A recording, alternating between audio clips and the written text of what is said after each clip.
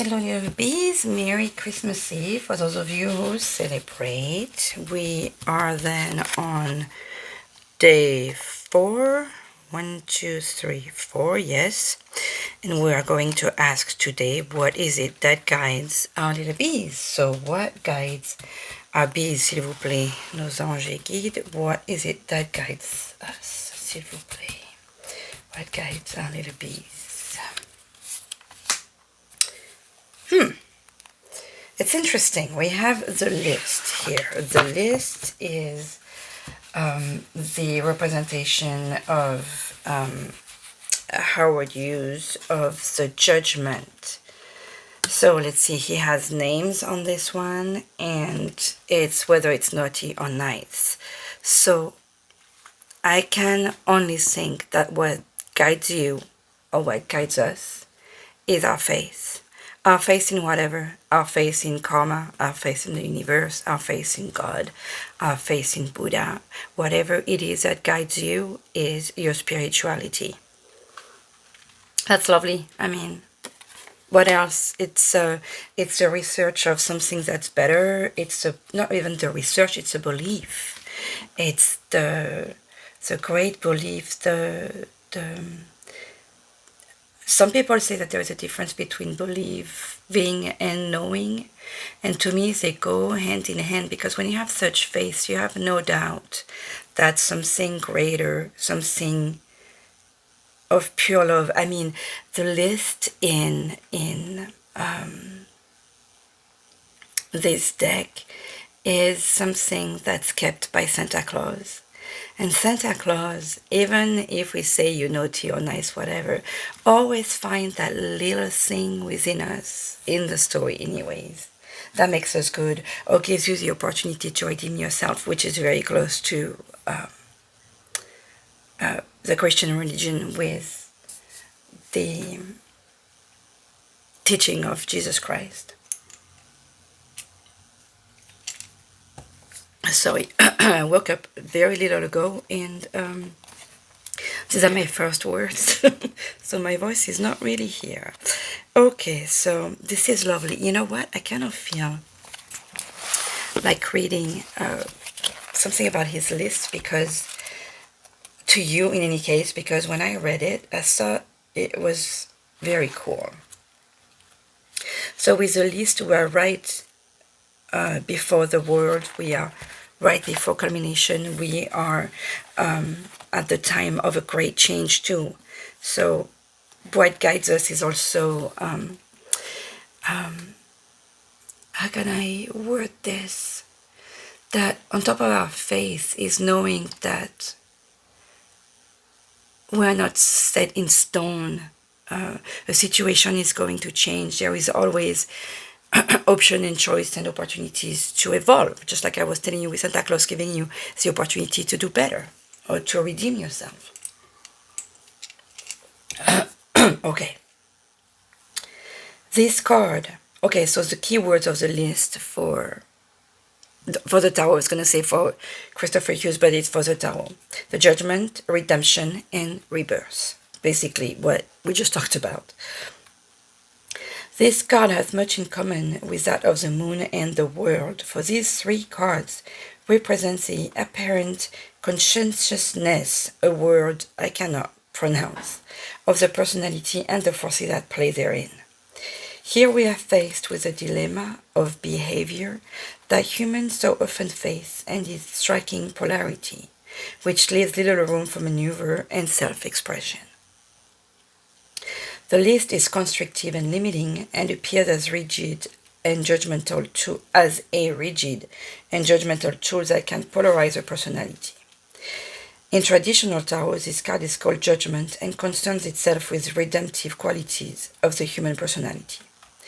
But there is more going on here than meets the eye, for what the list is attempting to achieve is to cause an individual to look closely at their behavior and evaluate the impact. Self-judgment is perhaps the harshest. Self-judgment is perhaps the harshest form of judgment, and we often place ourselves in polarizing lists instead of journeying within to find the root cause of our own reaction. The list is simple yet flawed, for it does not allow room for negotiation nor redemption. Which I just explained to you, that this is what we are called to do, and this is what we're calling ourselves to do, because we're talking about what guides us. Okay, so make sure to apply the description of the card that I like to reread from Kristoffer Hughes, with the question we were answering.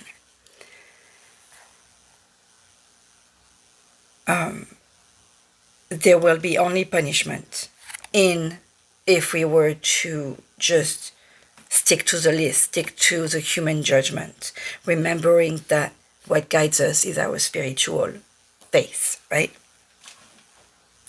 Those on the naughty list will receive coal.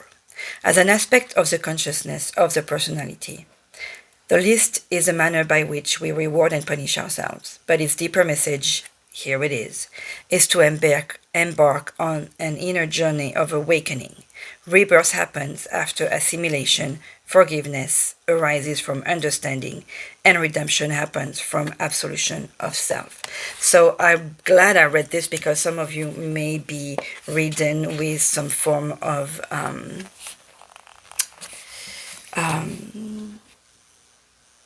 guilt, faced to whatever we think we may have done, not realizing that we were pushed by whatever we were going through at the moment. And this could also be, and again, with this spirituality that some of you may just be discovering, is that this is, the goal of that is also to take you out of self-misery, self-deprecament, self-guilt, all of these things that just kills us, that just eats us alive. Forgiveness. If some of you need to ask forgiveness to yourself or to other people, maybe these people are gone, maybe you don't talk to them anymore, maybe they are too far, maybe you don't have the information, whatever it is, just know that as long as you have forgiven them in your heart, maybe write a letter of forgiveness, you will also, like, the energy you'll be sending to this person, it will be received. And this will be some good vibes to send to someone in any case. And it will free you. Okay, I'm going to pause and take some water because it's run out. And I'm going to try and finish this with a better voice. Okay, now let's look at the energies of, I believe we are at May, what guides us, and then, okay, so s'il vous plaît, nos anges d'amour. Hey, guide, what will be the May energies for our little hive here? Oh, look at this. This is amazing. What I find amazing here is that we have a list written and kept by your spiritual guide. And we have us, or you, writing also. Maybe I was talking about you writing letters of forgiveness. This is the Two of Candles. The Two of Candles. So I love this. That's what I love so much about Tarot. The Two of Candles is the energy of planning. With the two, we have the duality. Maybe you're planning with somebody else. Maybe this is, your like after. Give me a second here. Well, this feels like for Christmas Eve, we're all going to be having some kind of, or whenever you're listening to this, this may be a difficult day to start with, like getting your things in order. Okay, so one of the keywords with the two is a relationship. That's why that's what I was trying to word here with the two, because this is a card of planification, but with the two we have the notion of working together with something. We have the notion of duality. We have the notion of preparing the notion, because it's a two. We're on the second step, after the one, obviously. we had the kernel of an idea, for example, and we are building on that on the Two of Cups. This is like a first date when people are learning to know each other. The Two of Swords, this is your mental. You're between two ideas. You're stuck. You cannot make a decision. The Two of Wands is like the planification before the travel time, for example, or before the creation of a new thing. We have the notion of passion. We have the notion of creativity with the fire. In here, it looks like she's writing Christmas letters. But yeah, she's in the middle of that. And notice right here how there is a world on this card. I don't know if you can see that. And we were talking about how the list is a card before the accomplishment, based on the fact that we were talking about these guiding energies and the decisions we're going to make for ourselves. And I was telling you to write forgiveness letters, whether it's going to be forgiveness, letters of forgiveness, or letters to yourself, or letters to someone, or manifesting. These are finally the energies of May. And I love this because we saw that April, we had difficult energies. We had the two again, and we have these energies of feeling, lost and poor, and the beginning of the year started pretty well. We had, but still some time with you working and focusing on yourself, and then you had like this overwhelming things, like you keep on having difficult decisions. I